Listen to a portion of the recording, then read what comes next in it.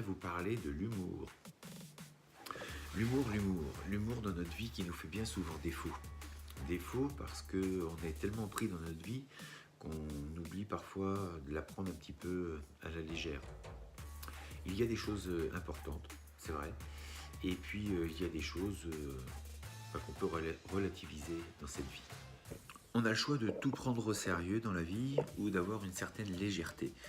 Si on prend tout de façon très personnelle et très grave, on va se créer des problèmes dans la tête et tout va devenir important et on perd un petit peu de cet humour.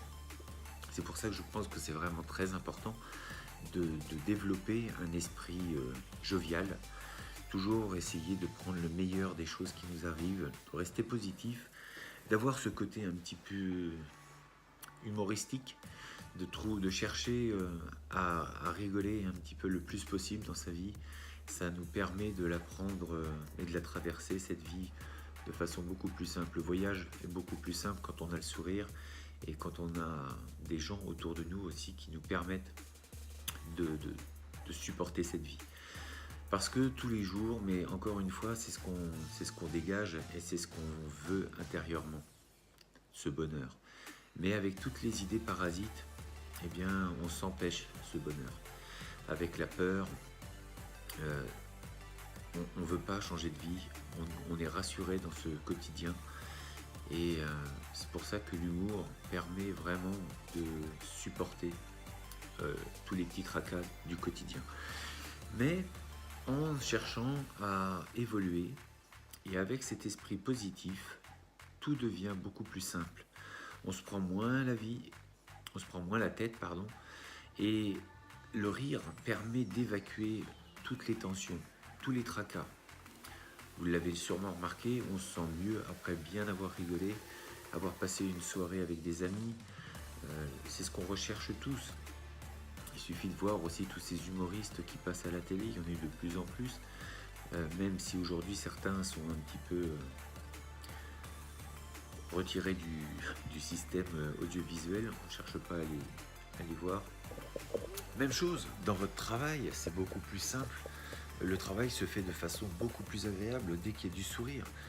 Si vous êtes dans une ambiance stressante, avec des gens qui font toujours la tête, honnêtement, au niveau business, c'est pas bon.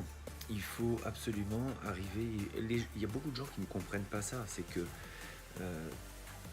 tout votre environnement sera beaucoup plus engagé et voudra faire beaucoup plus d'efforts si vous avez le sourire, si vous avez du peps et si vous mettez de l'ambiance.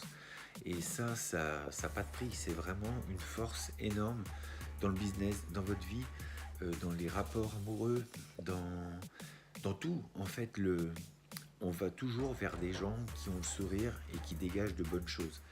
Si vous êtes aigri, si vous supportez toutes ces peurs, toutes ces pensées négatives, ça va se voir à l'extérieur.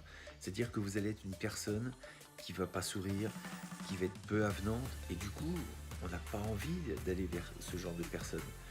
C'est comme une vieille maison, une vieille voiture, quelque chose qui paraît pas joli, entre guillemets, enfin qui attire pas l'œil.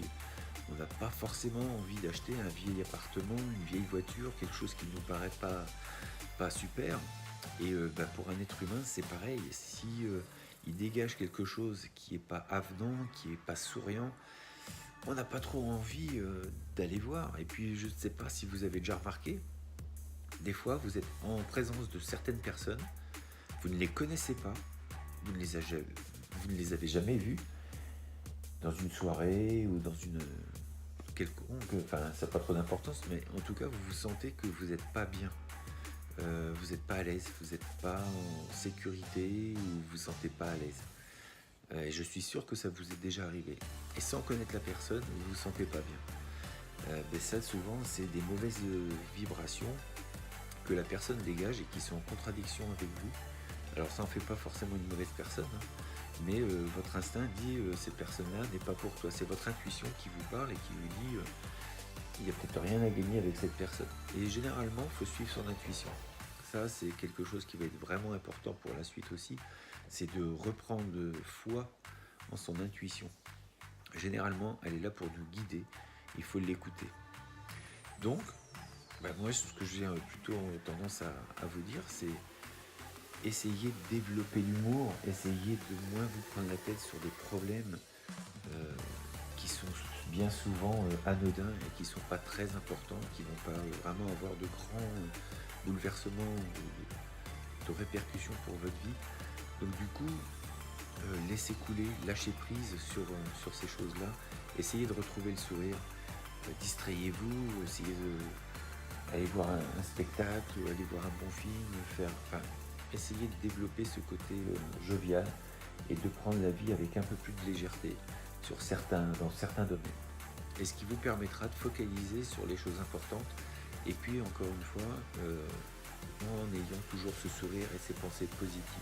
Ça va être très difficile au départ de toujours canaliser son esprit sur des choses positives. Mais si vous y prenez garde, si vous prenez attention à ça, à ce phénomène, alors vous pouvez commencer à avoir des pensées positives tous les jours.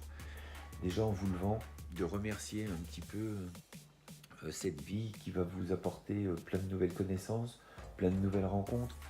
Justement, essayez de les voir, essayez d'imaginer ces rencontres de façon positive. Essayez d'imaginer que vous allez rencontrer des personnes intéressantes, que votre vie va être quelque chose de plus et pas quelque chose de moins. Parfois, on se lève, on en a déjà marre. Notre journée, elle est déjà foutue. Si vous commencez une journée comme ça, forcément, le reste de la journée risque de se terminer plus mal.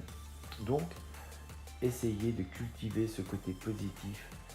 Au début, ça va vous demander de l'effort et puis ça va devenir quelque chose de naturel et quelque chose que vous voulez. Et du coup, ce sourire, vous l'aurez dans la tête, mais il va se retraduire par l'extérieur et comme par magie, les choses changent. Donc je compte sur vous, mettez ce sourire. Forcez-vous aussi un petit peu au début, ça va aider l'esprit à comprendre ce que vous voulez. Vous pouvez même vous regarder dans la glace si ça peut vous aider. Alors je sais, ça fait bizarre de se regarder dans la glace et de sourire, mais c'est plutôt positif. Encore une fois, c'est qu'est-ce que vous voulez vraiment et donnez-vous les moyens d'y arriver. En tout cas, entourez-vous de personnes rigolotes, sérieuses, mais rigolotes. Vous savez, dans les arts martiaux, c'est pareil, on a beaucoup de gens souvent qui se prennent trop au sérieux, c'est-à-dire que parce qu'ils travaillent, ils en deviennent méchants et arrogants et remplis de testostérone. Alors c'est bien la testostérone, mais il faut savoir être humble et savoir en fait que la vie c'est pas de combattre, de taper sur les gens. C'est bien de savoir le faire au cas où, mais le combat il est dans la tête, il est dans nos projets, il est dans nous. Il faut qu'on se change nous-mêmes. Et ce combat c'est peut-être le plus difficile. Donc le sourire aussi dans la pratique martiale, travailler avec assiduité, avec rigueur, mais ne pas se prendre la tête, savoir rigoler. D'ailleurs, à ce propos, ça peut être aussi une bonne démarche, c'est quand vous allez dans un club, que vous voulez vous inscrire, vous pouvez tout de suite voir si c'est un bon club ou pas, entre guillemets. C'est-à-dire que si vous voyez que ça travaille bien, fort, et qu'il y a de la rigueur, de la discipline, et qu'en plus, il y a du sourire, il y a des rires, et que les gens, à la fin du cours, se parlent, discutent, mais sans montrer que voilà, c'est moi, je suis un balèze. Je dis ça parce que j'ai déjà rencontré, donc là tout de suite c'est qu'il y a quelque chose qui est pas bon, c'est qu'on développe plus l'ego et le côté malsain de l'art martial.